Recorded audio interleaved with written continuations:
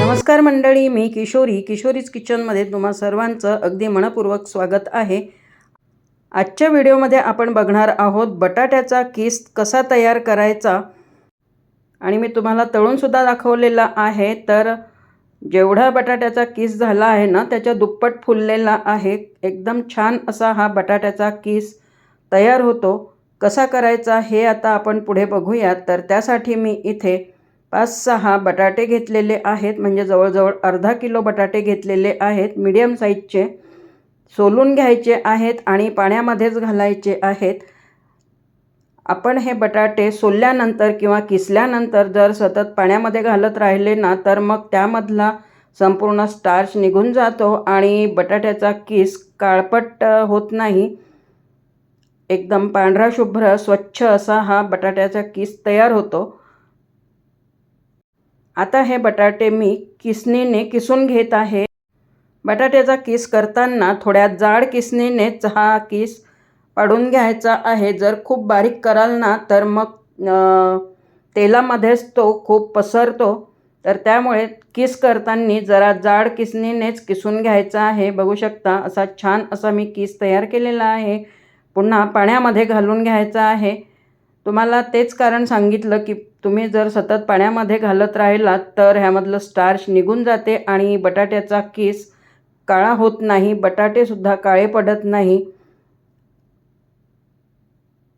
आता 2 ते 3 पाण्याने मी हा किस स्वच्छ धुवून घेत आहे, म्हणजेच 2-3 पाण्यामध्ये बुडवून घेत आहे।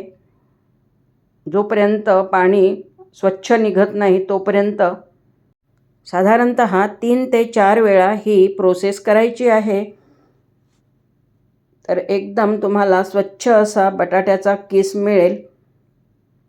ह्यापूर्वी सुद्धा आपण बटाटा आणि साबुदाण्याचे उपवासाचे बरेच पदार्थ बघितलेले आहेत आणि पुढे सुद्धा तुम्हाला बघायला मिळतील।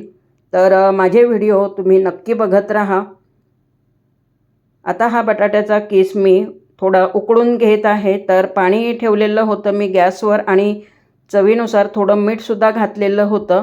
पाणी उकळल्यानंतर मग हा बटाट्याचा किस त्यामध्ये घालायचा आहे आणि अगदी 2 ते 3 मिनिटं गॅसवर शिजवून घ्यायचा आहे, म्हणजे पुन्हा पाण्याला उकळी येईपर्यंत शिजवून घ्यायचं आहे आणि लगेचच मग गॅससुद्धा बंद करायचा आहे।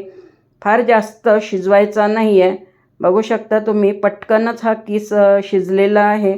मी आता गॅस बंद केलेला आहे। आता हा बटाट्याचा किस मी एका चाळणीमध्ये काढून घेत आहे, म्हणजे चाळणीवर हा बटाट्याचा किस काढल्यामुळे त्यामधलं जे काही जास्तीचं पाणी असेल तर ते निघून जाईल।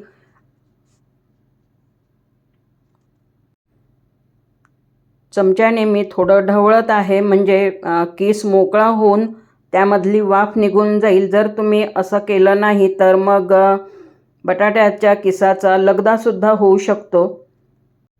ह्यामधलं संपूर्ण पाणी निथळलेलं आहे आणि बटाट्याचा किससुद्धा थोडा थंड झालेला होता। आता एका परड्यावर मी एक प्लॅस्टिकचं कागद अंथरून घेतलेला होता, तर त्यावर आता हा बटाट्याचा किस पसरवून घेत आहे। एकदम सुटसुटीत असा हा बटाट्याचा किस पसरवून घ्यायचा आहे, म्हणजे त्याच्या गाठी वगैरे तयार होणार नाहीत आणि छान असा आपल्याला बटाट्याचा किस मिळेल। तर जेवढं शक्य होईल ना तर तेवढा पातळ असं पसरवून घ्यायचं आहे, सुटसुटीत पसरवून घ्यायचं आहे। आणि आता 2 ते 3 दिवस कडक उन्हामध्ये हा बटाट्याचा किस वाळवून घ्यायचा आहे आणि हा बटाट्याचा किस वाळायला फार दिवस लागत नाही। 2 ते 3 दिवसामध्ये छान असा हा वाळला जातो आणि एकदम पांढरा शुभ्र असा हा किस तयार झालेला आहे आणि अगदी 2 दिवसामध्येच हा बटाट्याचा किस वाळलेला आहे, कारण कडक ऊन होती। तुम्हाला मी तळून सुद्धा दाखवते। तळल्यानंतर सुद्धा अजिबात लाल किंवा काळा हा बटाट्याचा किस झालेला नाही आहे, छान असा हा झालेला आहे। आणि खायलासुद्धा खूप खुसखुशीत लागतो हा. आता ह्याच बटाट्याच्या किसापासून मी तुम्हाला एक छान अशी नवीन रेसिपीसुद्धा सांगत आहे, दाखवत आहे. मागच्या व्हिडिओमध्ये तुम्ही बघितलंच होतं की साबुदाण्याचे पॉपकॉर्न किंवा नायलॉन साबुदाणा आपण कसा तयार केलेला होता. तर त्याचा व्हिडिओ तुम्ही नुकताच बघितला आहे. तर तोच नायलॉन साबुदाणा आणि बटाट्याचा किस वापरून आपण ह्याचा चिवडा तयार करणार आहोत. तर त्यासाठी मी थोडे शेंगदाणे आणि काजू तेलातून परतून घेतलेले आहेत, तळून घेतलेले आहेत.